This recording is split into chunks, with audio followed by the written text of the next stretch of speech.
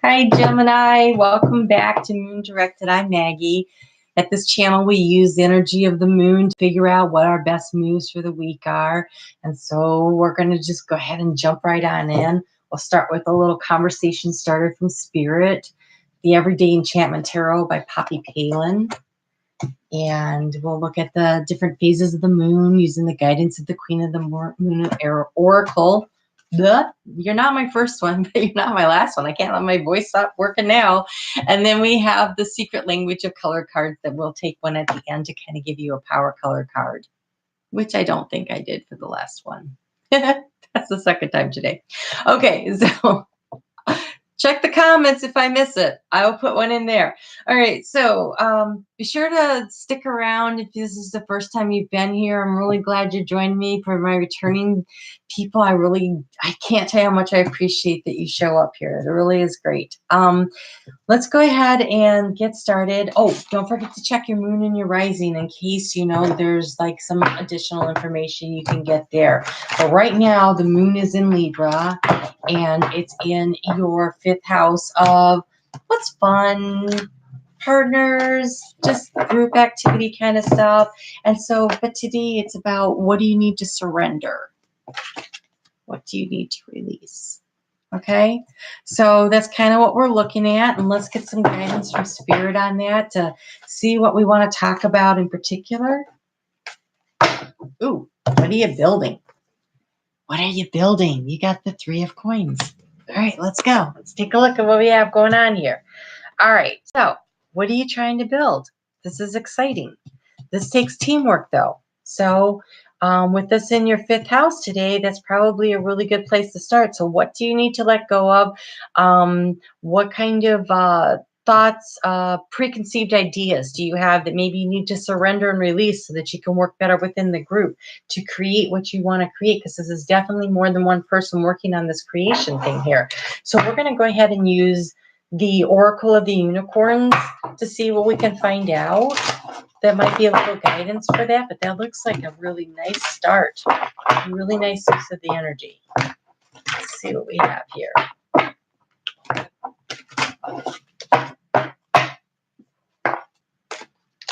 Okay, yes, you need to be aware. There is an awareness factor. Stuff is going on, something you need to surrender to, something you need to release. It says live in the moment, be conscious of your thoughts, and look for signs and guidance. So kind of look around. What are you focused on that maybe you need to let it go? Maybe there's some advice out there, something interesting, something, pay attention. And don't forget to allow other people to be contributors, right? This is a group project, it seems like. So you would want other people to be involved and see what they think. And then you also want to be aware of how it makes you feel. Like, are you good with that idea, or is it not a good idea? And then on Tuesday, the moon moves into Scorpio in your 6th house of day-to-day activities, in your health, in your general life thing. And in this phase of the moon, it's about finding the peace. It's about finding the peace. And on Wednesday, while the moon is still in Scorpio, it goes void of course, which is like that stillness before the dawn breaks. Like finding the peace, settling in, taking a little rest. What do you need to do for that? And so we're going to get some advice from the Whispers of Love. And let's just see what there is.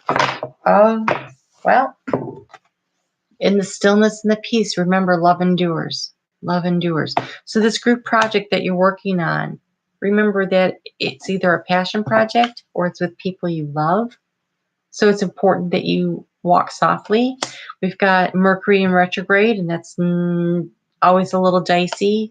And you're working in a group, right? So remember, love is important and it endures. It endures longer than any of the projects. It's love that matters, right? So have an awareness of that.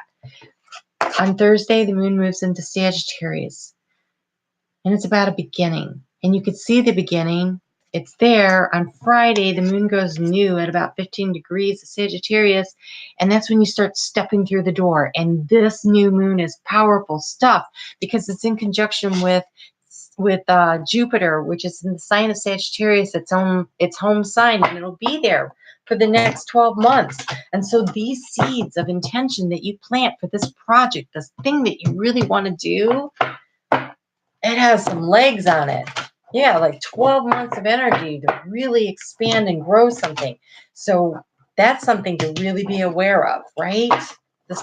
This project can really go places. But don't forget, the most important thing is love, right?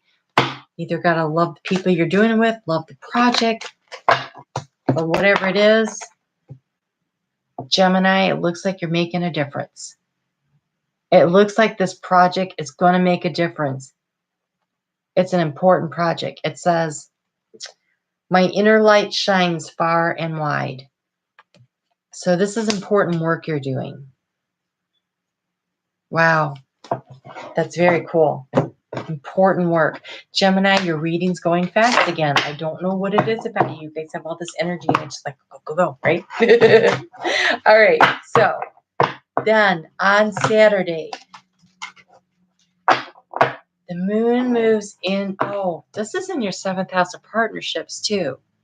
So since we're talking about love enduring, 7th house of partnerships, you make a difference. This is your intimate partnerships, your one-on-one partnerships. It could be your romantic partnership. It could be a business partner if you just have 2 people in the partnership, but it's important. It's just a 2-on-2 thing, and you make a difference in that too. So that's important to remember.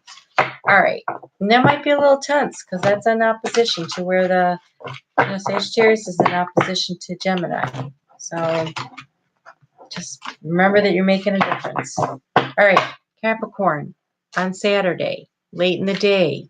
It's a little uncomfortable, but not hard to manage. And that's in your 8th house of transformation. This is the part where you really learn to accept what's going on. You accept the current situation, and then from the acceptance comes growth.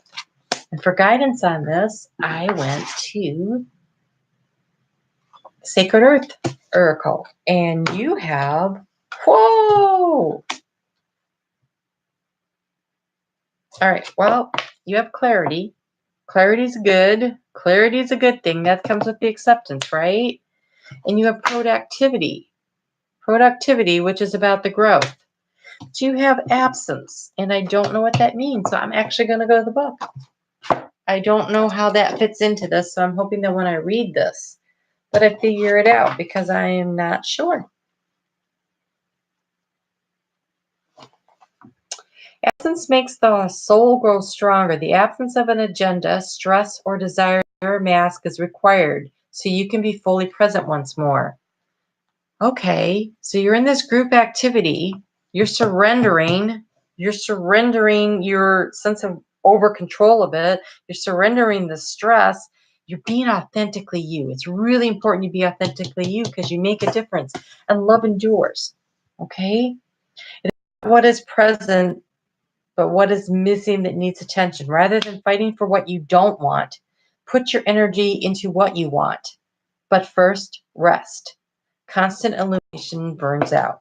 Okay, so here we are. When the moon is void of course in the middle of the week, I want you to remember that love is what's important. Love is what's important, and it makes a difference. It makes a difference. You make a difference. So take a breath before you start pushing forward, and remember to take a look at the situation and use the clarity to figure out what's missing, but focus on what you want, not on what you don't want. And then you could start growing in a very productive manner. That's good cards. That's some good stuff right there. All right, let's see there. Wow, you're going to have a busy week. Really busy. Going to be a little tense with that new moon energy there. So make sure you focus on what kind of a relationship you want. What do you want? Not what you don't want. Okay? Remember to be grateful. And allow flow and synchronicity into your life. Your color card is coral. Nice. Very nice. Okay. That synchronicity, if you're aware, you'll notice it. All right. Looks good. Please remember to like, share, and subscribe. Please give me, the thumbs up. I'll be back here on Thursday. We'll do a new moon chit chat. I will take questions and try to help you find solutions and answers. I don't know what else will be involved in that. I haven't really thought it out. That's next. So, all right. I will see you back then. Have a great week, Gemini. Be sure to check out your moon and rising so you can get a complete picture. I'll talk to you soon.